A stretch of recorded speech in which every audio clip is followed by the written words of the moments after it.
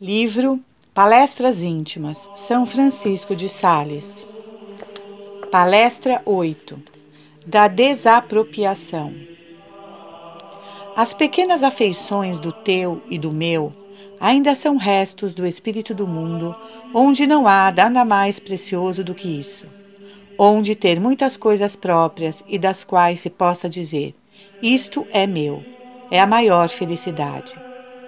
Ora, o que nos torna afeiçoados ao que é nosso é a grande estima que temos de nós mesmos. Ter-nos num tal conta que, quando uma coisa nos pertence, logo a estimamos muito, e, pelo contrário, a pouca estima para com outrem leva-nos a menosprezar o que lhe serviu. Se fôssemos muito humildes e despojados de nós mesmos, se nos tivéssemos por um puro nada diante de Deus, não faríamos caso nenhum do que nos pertence. Antes, acharíamos que é para nós grande honra servirmos-nos do que esteve ao uso dos outros. Porém, temos de diferenciar entre as inclinações e as afeições. Quando são só inclinações e não afeições, não devemos fazer caso, pois não depende de nós o não ter más inclinações. Portanto, se uma irmã, a quem trocam o hábito, dando-lhe outro pior do que o que ela tinha, sente a parte inferior perturbar-se um pouco, isto não é pecado, contanto que com a razão o aceite de boa vontade por amor de Deus. O mesmo se diga de todos os outros sentimentos que tivermos, porque se me vierem contar que alguém disse mal de mim, ou se me contrariarem em alguma coisa, imediatamente a cólera se excita, e todas as veias se torcem porque o sangue me ferve. Mas se apesar disso me volto para Deus e faço um ato de caridade por aquele que me ofendeu, não há nisso pecado. Digo mais, ainda mesmo que me assaltassem 1000 pensamentos diversos contra esta pessoa, e que isso durasse um dia todo, ou mesmo muitos dias, contanto que de vez em quando os rejeitasse, não haveria nisso mal nenhum, pois que não está em meu poder acalmar este sentimento. Porém, se essa irmã seguisse o sentimento que teve pela mudança de hábito ou de túnica, certamente faria muito mal. Cometeria uma grande infidelidade para com Deus e atrasaria a própria perfeição. Ora, essas coisas acontecem porque não puseram as vontades em comum. E, no entanto, é uma coisa que se deve fazer ao entrar na religião. Cada irmã deveria deixar a própria vontade fora da porta, para não ter senão a vontade de Deus.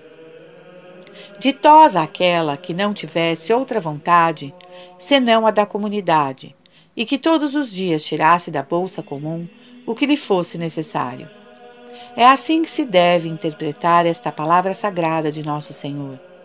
Não vos preocupeis com o dia de amanhã. Palavra que se não refere tanto ao comer e vestir, como aos exercícios espirituais. Se vos perguntassem, que tem de extensão de fazer amanhã? Deveríamos responder, não sei, hoje farei isso que me foi mandado. Amanhã não sei o que farei, porque ignoro o que me mandarão fazer. Quem assim procede, nunca andaria preocupado, pois que onde há verdadeira indiferença, não pode haver desgosto nem tristeza. Mas é uma virtude que não se pode adquirir em 5 anos. São precisos 10, pelo menos. Por isso não nos devemos admirar se as nossas irmãs ainda não têm, pois que todas desejam adquiri-la. Se porventura alguma quisesse ter teu e meu, dei-lhe-o fora da porta, pois aqui dentro nisso nem se fala. Não devemos querer a desapropriação só em geral, mas também em particular. Não há nada mais fácil do que dizer: vamos para a visitação. Dizer em geral, é preciso renunciar a vós mesmos e à própria vontade. Faloemos com muito gosto, mas quando é preciso pô-lo em prática, eis aí a dificuldade. Tal o motivo do dever que temos de considerar a nossa profissão e tudo o que dela depende.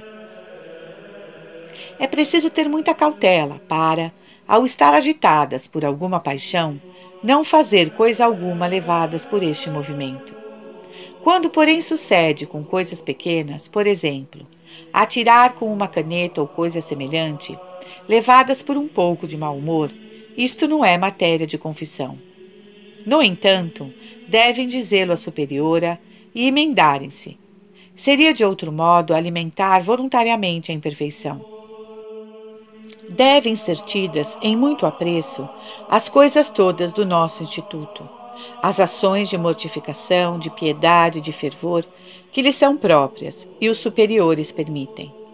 Sucede, por vezes, em virtude da má inclinação do nosso espírito, ter-lhes aversão. A uma desagrada-lhe só o ver beijar o chão, a outra o ouvir dizer uma culpa, ou fazer qualquer outra mortificação. Desprezar ou censurar estas coisas seria uma presunção inadmissível. Necessário é acautelar-nos de o fazer, porque seria um grande mal, mas isto não acontece. Este defeito encontra-se em todas as pessoas espirituais que eu tenho conhecido, por causa da negligência e do desânimo. A negligência faz com que não tenhamos ânimo para praticar as mortificações, nem desejo de que nelas nos exercitemos. Por isso temos aversão quando as vemos fazer os outros. O desânimo causa-nos aborrecimento e leva-nos a dizer: meu Deus, que trabalho! Nunca se acaba. Nunca vi tantas coisas. Está-se sempre a recomeçar. Não nos devemos deixar levar assim das nossas inclinações ou aversões, mas seguir a razão e as diretivas dos superiores. E tratando-se do espírito com que se devem receber as mortificações, se para isso nos preparassem, avisando-nos 2 horas antes, seria fácil não nos perturbar. Mas se vem de surpresa, torna-se muito difícil.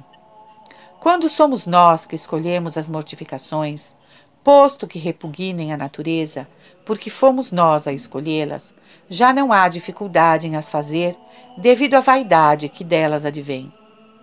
A mortificação que os nossos superiores nos impõem deve ser recebida como vinda da mão de Deus, com estima e humildade. Vêm-nos as mortificações por ordem da providência de Deus, e sempre nos são feitas com caridade.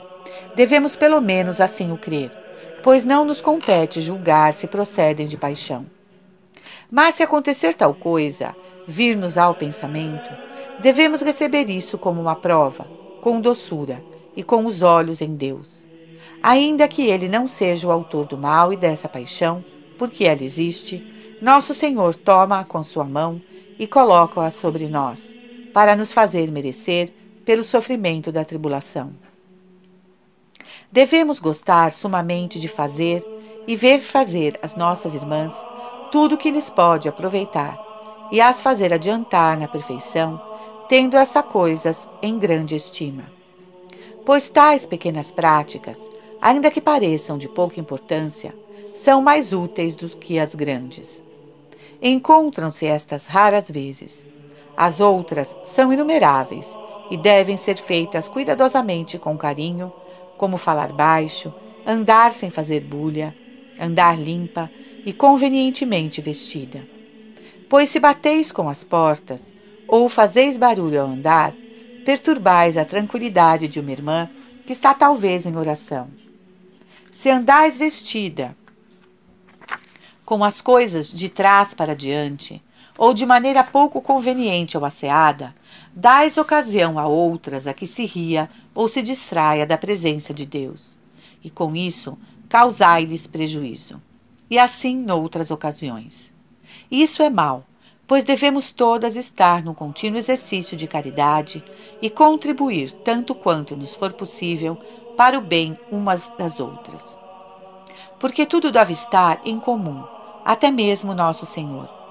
Ele não quer que o tenhamos em particular, a não ser de maneira que, sendo de cada um em particular, seja de todos em comum. E sendo de todos em comum, seja de cada um em particular. Quando nos sobrevém alguma tentação, com perigo de consentimento, e essa tentação não passa, devemos, para não ofendermos a Deus, Fazer muitas vezes algum ato que mostre que não consentimos nela, como, por exemplo, beijar o chão, juntar e erguer as mãos para o céu com essa intenção, dizer algumas palavras a Nosso Senhor e coisas semelhantes.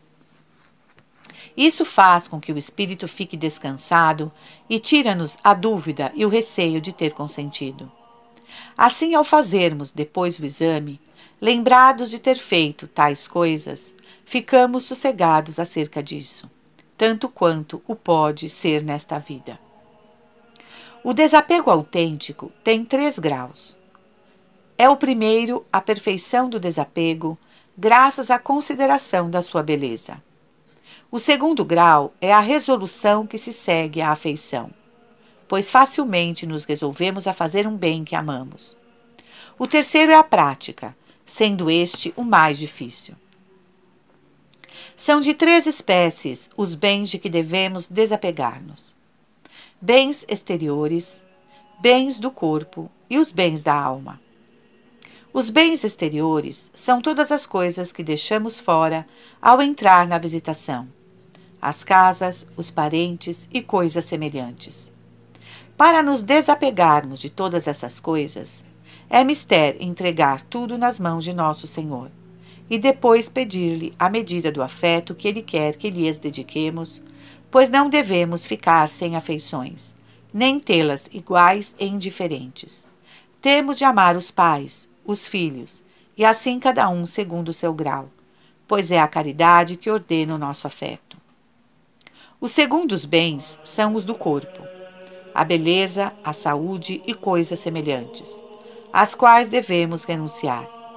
E não devemos ir mais ao espelho ver se somos bonitos, nem tampouco nos importar de ter saúde ou estar doentes, pelo menos quanto à parte superior, pois que a natureza sempre se ressente e até às vezes grita, sobretudo quando se não é muito perfeito. Devemos, portanto, ficar igualmente contentes com a doença ou com a saúde, e tomar os remédios e os alimentos como nos apresentam. Isto repito quanto à razão, pois que das inclinações não se faz caso. Os bens da alma são as consolações e as doçuras que se encontram na vida espiritual, e estes são muito bons. E então, também nos havemos de despojar deles? Perguntareis. Certamente que sim, e colocá-los nas mãos de Nosso Senhor, para que deles disponha como lhe aprouver, e servi-lo da mesma maneira, quer os tenhamos ou não. Há ainda outra espécie de bens que não são nem interiores, nem exteriores, não sendo nem do corpo, nem da alma. São bens imaginários, que dependem da opinião de outrem, e chamam-se a honra, a estima, a reputação. Destes é também necessário despojarmos-nos inteiramente, e não querermos outra honra mais que a da congregação, consentindo ela em procurar em tudo a glória de Deus, nem outra estima ou reputação, senão a da comunidade, isto é, dar em tudo bom exemplo. O contentamento que sentimos ao encontrar as pessoas queridas e as provas de afeto que lhes damos ao vê-las não são contrárias a esta virtude de desprendimento, contanto que não sejam desordenadas e, estando essas pessoas ausentes, não se nos vá o coração atrás delas. Porém, estando os objetos presentes, como poderíamos deixar de comover-nos? Era como quem dissesse a uma pessoa que encontra um leão ou um urso: não tenhais medo. Isso não está na nossa mão.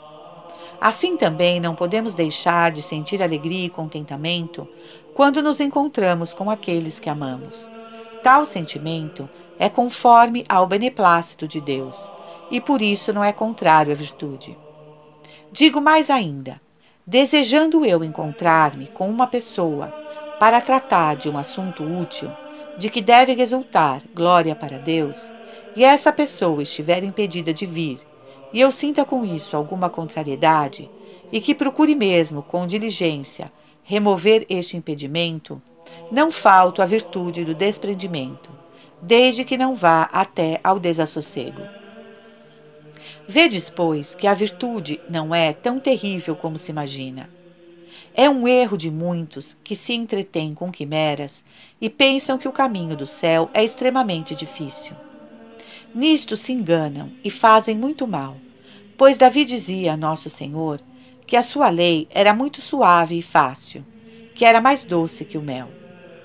O mesmo devemos nós dizer da nossa vocação, achando-a não só boa e bela, como também doce, suave e amável.